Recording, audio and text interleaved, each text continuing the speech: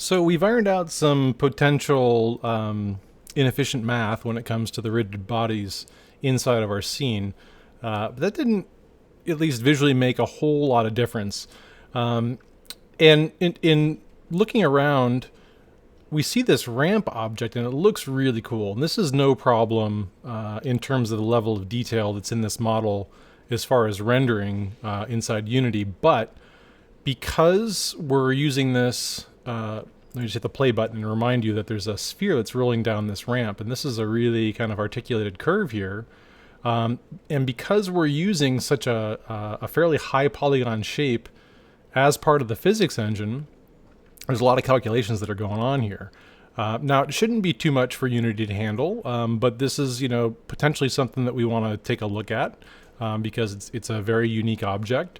And so I'm going to run a quick test, and I'm going to do this by having the object inside the scene or active inside the scene and then deactivate the object. And so I'm going to look here at the ramp, and we can deactivate the object temporarily really quickly just by selecting the object, going to the inspector, and next to the title of the object, just check the active game object checkbox here, and that'll kind of deactivate the object and any of the components that are associated with it. So right now in this scene, this object is completely being ignored.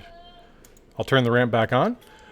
Now, we could look at this object, or we could look at the game scene and run it and try to estimate what's going on here and then turn it off and then hit the play button. And it might not be anything that is... So because I'm not seeing any dramatic results, or I can't estimate the difference between having the ramp on and off, what I'll do is I'll turn the ramp back on and I'll take a look at some basic statistics in my game. Now, the basic statistics that we'll look at, we can access these by going to the Game tab. So my game's not playing right now, but I've clicked on the Game tab. And over here on the right side, we got a couple of different options. We can maximize on gameplay, which I wouldn't suggest you do unless you want to, kind of see a larger preview of your game. We can mute some audio. And what I'm most interested in is the stats button. If I click on the stats, that gives us a little bit of feedback about our stats. And I'm most interested in this frames per second here. So I'll go back to the scene. I'll hit the play button, and I can see that we're, upper 70s, really, kind of ping-ponging back and forth between upper 70s and 80s in terms of frames per second. And typically our target for frames per second, anything north of 30 frames per second, we're in good shape. And anything above 60 frames per second, we're not going to be able to perceive it.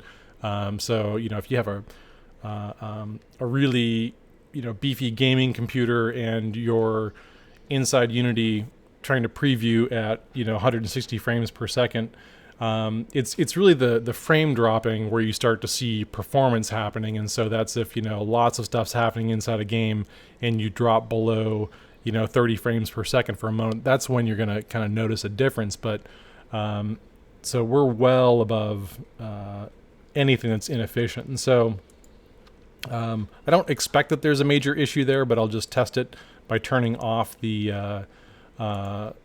object, hitting the play button, and we're kind of in the same neighborhood. So we're not dropping any frames there.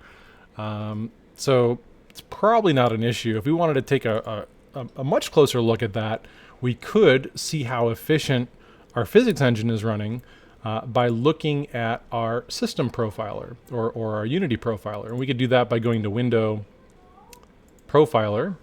Now I take the profiler, I'm just going to nest it somewhere down at the bottom so we don't lose it. And when I hit the play button, we'll get this graph. And this is giving us some visual feedback, but what I'm most interested in is anything that relates to the physics. Okay, and it'll give me a little readout down here and saying the physics processing is only a couple of percentage in terms of the overall system resources. And so that's, this is being handled really, really well. So it's really efficient, not a big deal. I suspect that where we're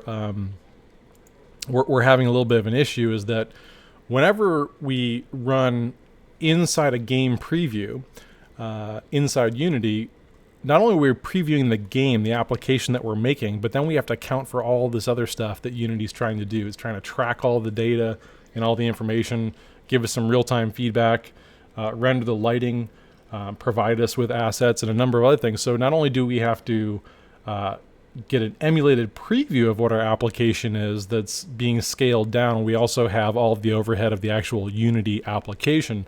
And so the best way to test this, just in terms of visual efficiency and how things run, would be to build it and run it, and kind of play around with some of the settings. But I'm not convinced that there's a major physics issue beyond some inefficient math set up here. Now, there are a lot of calculations going on with this collider here, and I can just tell based on a little bit of experience, and then also by looking at the model. If I go into the model folder, I don't have access to the actual Cinema 4D model, but if I go into any of these components of the model, one of these should give me a basic sense of how many polygons are in this object. And just a visual sense. I don't necessarily need to know that there's, almost there's 4,700 triangles in this model,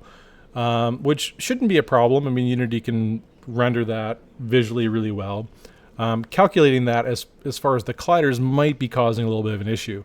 And you'll notice that because in this case, we would have imported a model and told Unity to generate the colliders dynamically, or on import, we're basically just using the same mesh that's visually being rendered as the same thing that we want to use for physics. But what we could do is we could potentially make this model and see if we could get away with fewer segmentation. So when this model was made and swept along a path, we could take the segmentation down and really kind of get it, we could probably get rid of, reduce this by maybe a third of the segmentation and still maintain the general visual quality of this, because the curve is being described. Let me see if I can zoom in a little bit more here.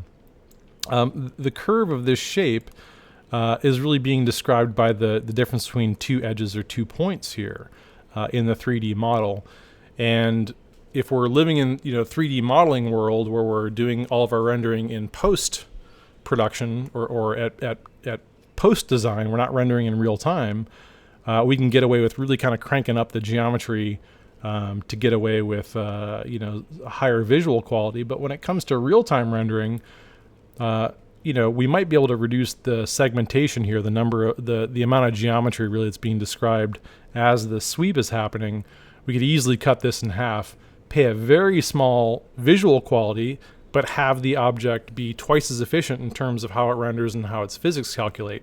Alternatively, what we can do is, this isn't really a big deal to render this object.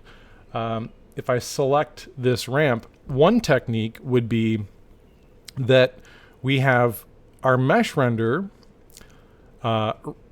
rendering this sweep NURB. So we have an object that's being referenced, a mesh that's being referenced here. And if I select this sweep, you can see that Unity is kind enough to highlight it for me. But also the mesh collider by default is referencing the same mesh. If I select the sweep, you can see that the sweep is also selected here for the physics. And so what we could do is we could make a lower polygon version of this model and load it in as the mesh collider geometry to have a much lower polygon mesh to being calculated for the physics of this, and reduce it by maybe like a third or something like that. So we still maintain all the visual quality, the high polygon count to get this really nice curve. If we feel like we're losing some by reducing it, but then having a lower poly count for the physics end. But that's really kind of getting a little outside the scope of what we want to talk about in our first project. So it's just kind of a deep dive into where we're heading with some of this stuff, but that's just something to keep in mind. So, but overall, I think this is pretty good. If I felt that this was running inefficiently after doing all of these things, the last thing that I would do is I would choose to build this project. I'd build to the desktop and I'd run it and see what kind of results I get. And 9 times out of 10, you're going to see a dramatic improvement in the efficiency of your build running versus what's happening here inside the Unity preview.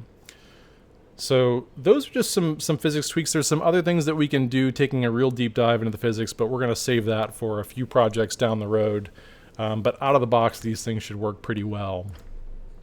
In our next presentation, we're going to address the last question, which was that some of these catapult or kind of teeter-totter objects were acting pretty funny when they were trying to be moved around and repositioned. And I suspect I can point in the direction of what was going on there, but we'll do that in the next presentation.